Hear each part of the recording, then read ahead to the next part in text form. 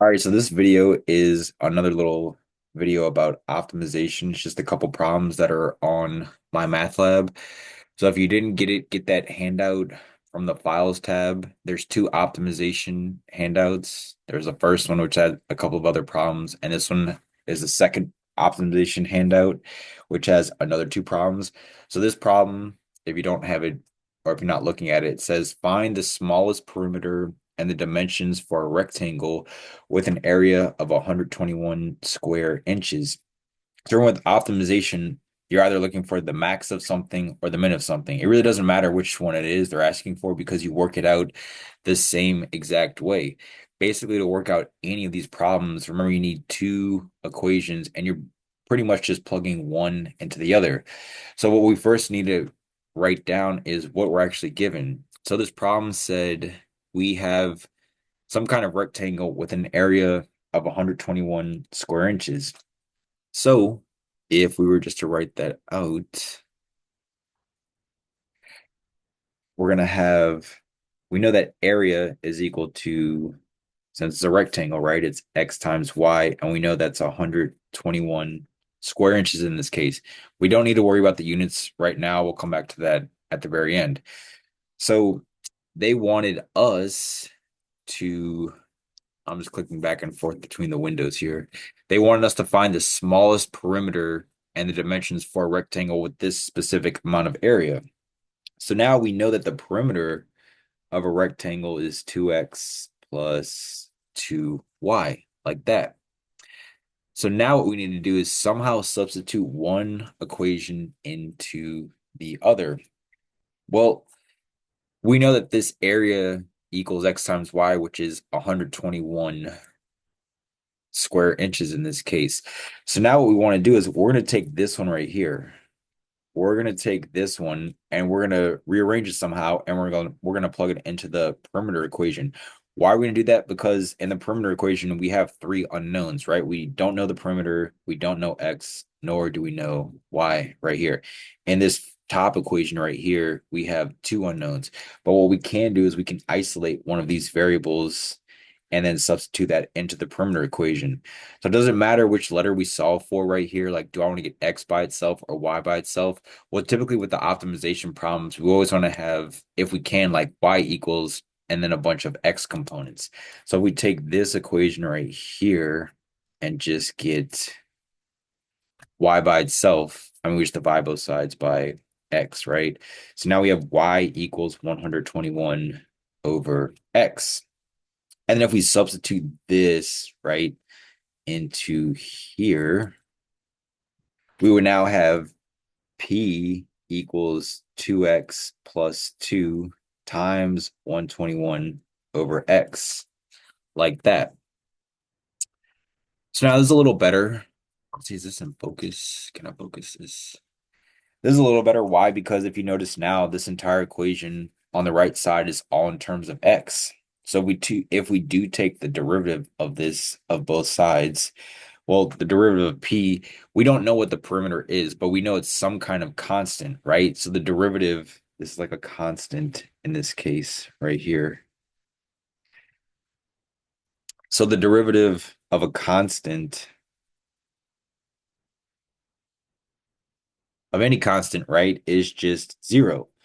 So before I do that though, we're gonna have p equals 2x plus, and I'm going to multiply this out right here. That's 242.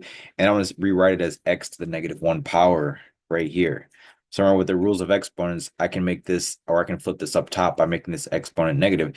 The reason why I did that is because now when we derive this equation right here, so we're going to have, this is going to be 0.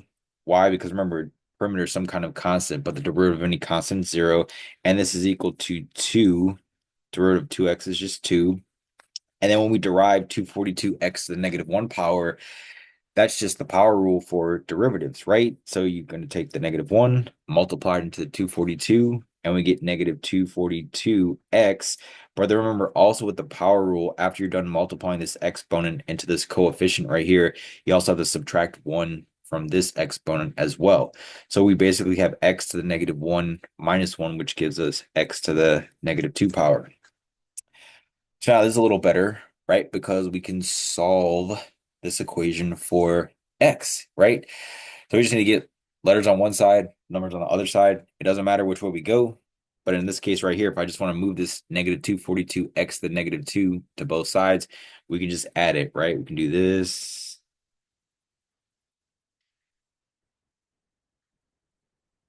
And now we have 242 over x squared equals 2, like that. So the reason why I made this positive again, I took this x to negative 2 and I flipped it down to make it positive is because we need to solve for x ultimately, and x's can't have negative exponents as you're solving for them. So now this x squared is in the denominator. So to get it out of the denominator, right, we multiply both sides by the LCD, which is just, x squared. So these cancel out and a little better. So now we have 242 equals 2x squared. Then I just divide both sides by 2. So now we get 121 equals x squared. To solve for x, right, we did the square root property. So we take the square root of both sides, and you get x equals plus or minus 11. Now, we're talking about perimeter, right? It doesn't matter if we're talking about perimeter or area. When you're talking about some kind of problem that deals with length, and you come up with two solutions, like a positive or a negative one in this case, you can never have negative lengths or widths of anything, right? Of dimensions, or you can't have like negative time, for example. So you're going to reject the negative solution. So reject negative solutions because that just doesn't make sense, right? We can't say, oh, I have negative 5 feet of something, right? So we have x equals 11 right here. So now what we can do is they're asking us ultimately the smallest perimeter for a rectangle with the area of 121 square inches.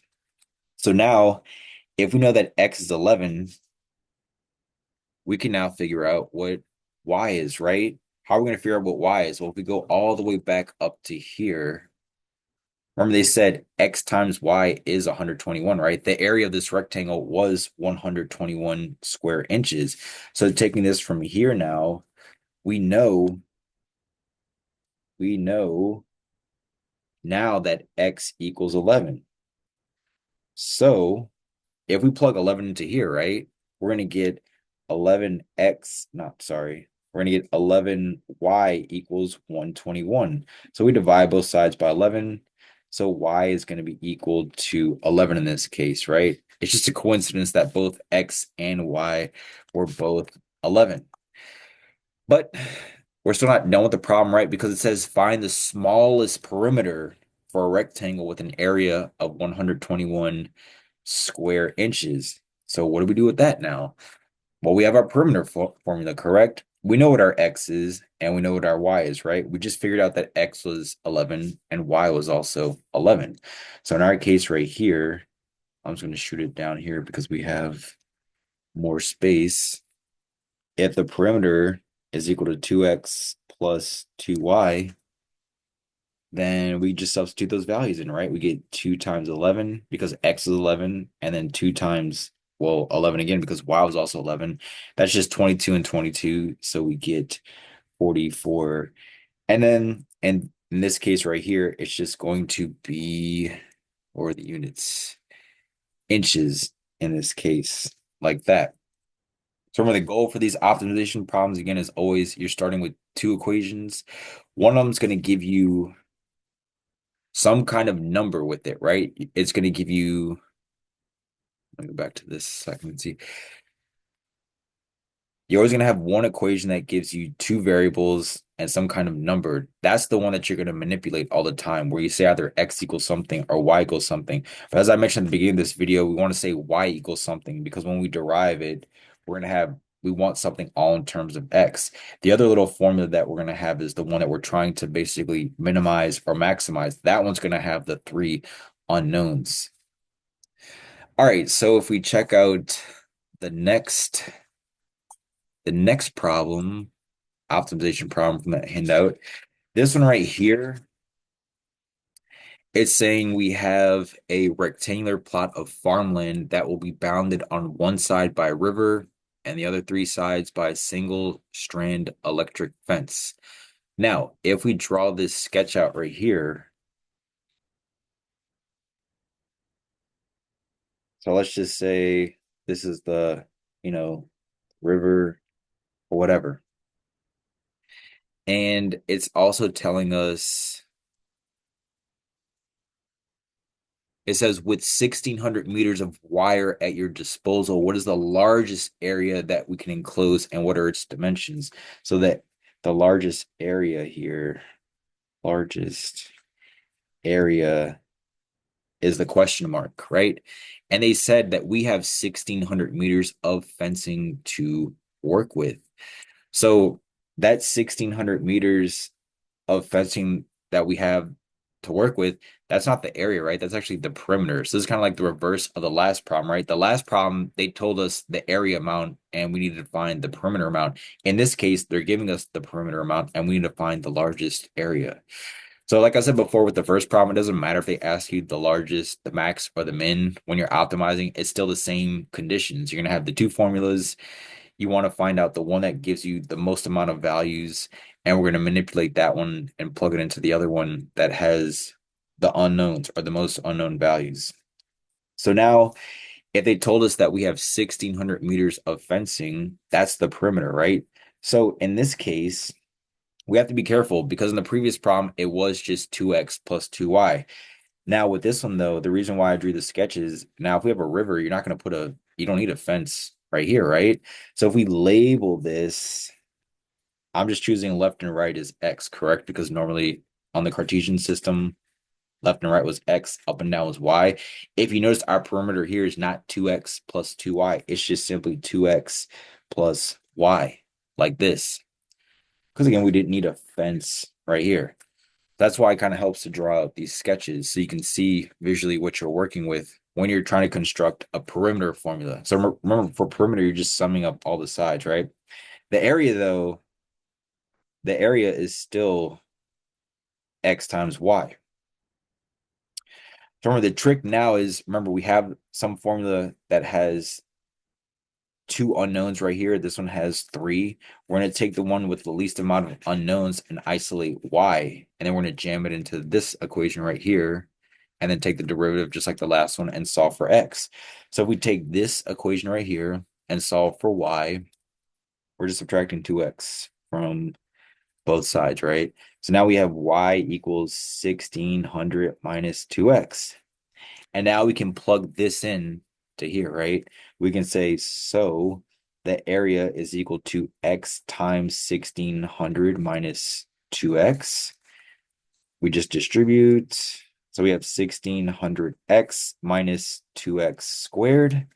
And now we're going to take this derivative, right? So remember the area, it is true we don't know what it is, but it is a constant, right? So remember in the previous problem, the perimeter was also a constant. The derivative of any kind of constant, we don't care what that constant is because the derivative of a constant is zero. So if we derive this right here, we wind up with 0 equals 1,600 and just minus 4x, right? And then if we solve this for x, I can just add this 4x to the other side, right? So we get 4x equals 1,600, divide by 4, and then you get x equals 400. But now we can figure out the other side, right? So if x is 400, remember if we go back to our perimeter, we can figure out what y is because ultimately we wanted the largest area. To figure out the largest area, you need to multiply an x times some kind of y component. So far, we've only discovered what x is, so we need to figure out y. But that's why we can go back to this equation, right? Because we only have an x and a y right here. So if we plug 400 into here, we can solve for y. There's no point in plugging the 400 into here because you don't know what a or y is. You have too many unknowns at this point. So if we substitute the 400 back in, we're going to have 1,600, or we can say we know 1,600 equals 1,600 minus 2x, but that's just 1,600 not 1600. Sorry. What am I doing here? Sorry, I wrote this incorrectly. We know 1600 equals 2x plus y. So now if we plug in 400 for x, we get 2 times 400 plus y. And then from there, that's just 1600 equals 800 plus y. You subtract your 800, right? So we get y equals 800 right here. So we have y equals 800 and x equals 400. Now the problem's asking what's the largest area, right? So if we know x is 400 and y is 800, we can plug it back into this area formula, right? So this is going to be a equals 400 times 800 right here. So yes, it's going to be a big number. If we multiply that out,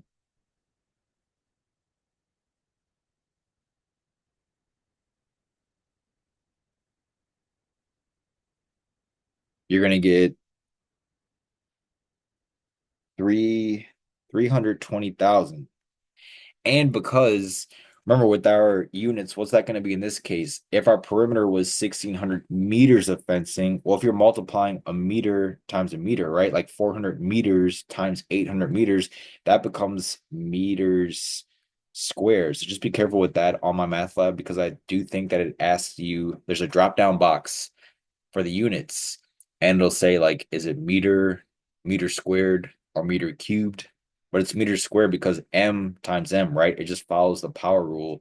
So like what I mean by that is like everybody knows that x times x is x squared, right? It's the same thing with units. Like if you have inches times inches, it's still inches squared because you're following the power rule of if the bases are the same, you just add the exponents. So like if you had like meters times meters, it's just meters squared. Or if you had like yard yard times yard, well, if you have three of them, right, you would have yards cubed. So just take note of that right there.